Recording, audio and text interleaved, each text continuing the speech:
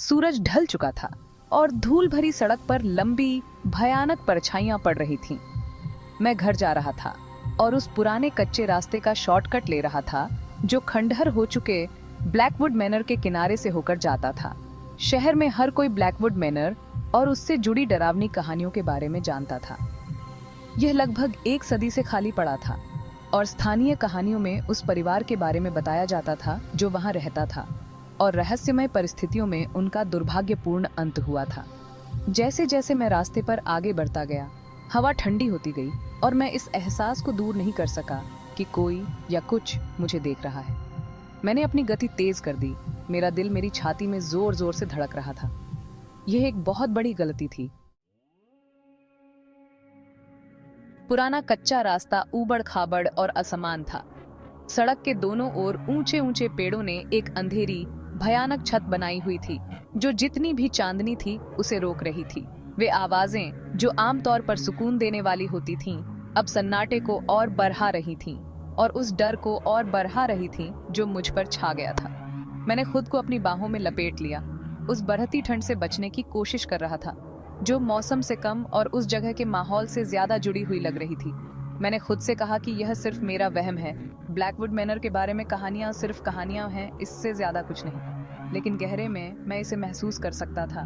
बेचैनी का एहसास, एक ऐसी सहज प्रवृत्ति जो मुझे बता रही थी कि मैं अकेला नहीं हूं। कुछ गड़बड़ है, इसका पहला संकेत तापमान में अचानक गिरावट थी। फिर मैंने उसे सुना। एक धीमी फुसफुसाहट पत्तों की सरसराहट के ऊपर बमुश्किल सुनाई दे रही थी। फुसफुसाहट फिर से आई, इस बार करीब, मेरे चारों ओर चक्कर लगाती हुई लग रही थी। यह एक औरत की आवाज थी जो एक गहरे हड्डियों को जमा देने वाले गम से भरी हुई थी। घबराहट होने लगी। मैं तेज चलने लगा। मेरा दिल मेरी छाती में जोर जोर से धड़क रहा था। फिर मैंने उसे देखा, दूरी में एक रोशनी की झिलमिलाहट सड़क पर आगे। रोशनी फिर से झिलमिलाई और मैंने महसूस किया कि यह हिल नहीं रही है। मेरे बेहतर निर्णय ने मुझे पीछे मुड़ने, इस जगह से जितना हो सके दूर जाने के लिए कहा।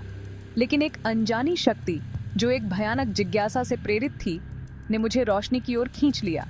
जैसे जैसे मैं सावधानी से आगे बढ़ा, मैंने महसूस किया कि रोशनी ब्लैकवुड मैनर की एक खिड़की से आ रही है। हवेली अंधेरे में डूबी हुई थी, सिवाय उस एक भयानक रोशनी के जो सबसे ऊपरी मंजिल से निकल रही थी।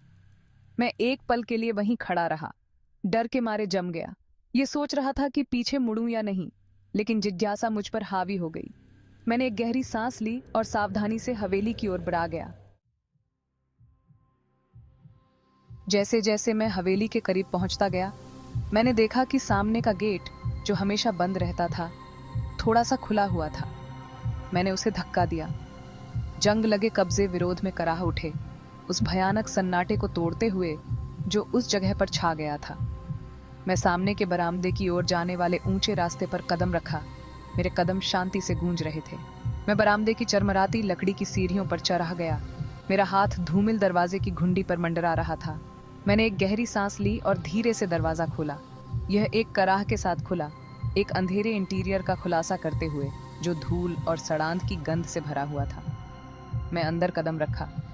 मेरा दिल मेरी छाती में जोर जोर से धड़क रहा था और तभी मैंने उसे देखा। मैं जम गया। मेरी सांस मेरे गले में अटक गई जैसे ही मैंने भूतिया आकृति को देखा।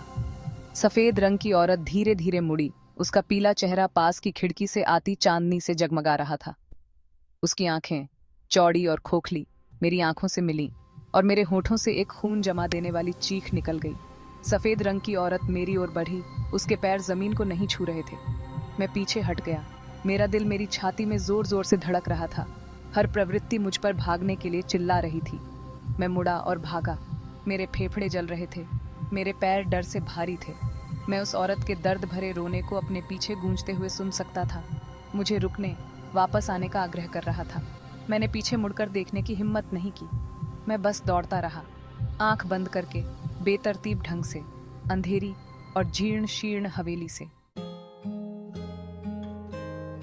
जैसे ही मैं भागा, मैं आगे एक धुंधली रोशनी देख सका, दमनकारी अंधेरे में आशा की किरण। मैं उसकी ओर बढ़ा मेरे पैर विरोध में चिल्ला रहे थे और हवेली से बाहर ठंडी रात की हवा में निकल गया। मैं तब तक नहीं रुका जब तक मैं मुख्य सड़क पर नहीं पहुंच गया। परिचित स्ट्रीट लाइट एक स्वागत योग्य दृश्य थी। मैं फुटपाथ पर गिर पड़ा, हाँफ रहा था। मेरा शरीर डर और थकावट से कांप रहा था। खिड़की में रोशनी, भूतिया आकृति, दर्द भरी चीखें, यह सब एक बुखार के सपने जैसा लग रहा था, मेरी कल्पना का एक भयानक अंश। लेकिन मुझे पता था कि ऐसा नहीं था। जैसे ही मैं वहां बैठा था, मेरा दिल धीरे धीरे अपनी सामान्य लय में लौट रहा था। मैंने महसूस किया कि मैंने अपना फोन अपनी कार में छोड़ दिया है। जब मैंने शॉर्टकट लेने का फैसला किया था तो मैंने इसे सड़क से थोड़ा आगे पार्क किया था। अब मेरे अस्तित्व का हर फाइबर मेरे और उस घर के बीच जितना संभव हो उतना फासला रखना चाहता था। मेरे पास कार में वापस जाने के अलावा कोई विकल्प नहीं था। कार की ओर, उस घर के आसपास के क्षेत्र में मैंने जो भी कदम उठाया वह मेरी जीवित रहने की प्रवृत्ति के साथ विश्वासघात जैसा लगा। जैसे ही मैं आखिरकार अपनी कार तक पहुंचा और उसमें बैठ गया, रात का सन्नाटा मेरे दिल की धड़कन को बढ़ाता हुआ प्रतीत हुआ। मैं अपनी चाबियों के लिए लड़खड़ा गया। मेरे हाथ इतनी बुरी तरह कांप रहे थे कि मैं मुश्किल से पकड़ बना पा रहा था। जैसे ही मैंने आखिरकार इग्निशन में चाबी घुमाई, मेरी हेडलाइट्स जीवन के लिए झिलमिला उठी, आगे की सड़क को रोशन कर रही थी और तभी मैंने उसे देखा।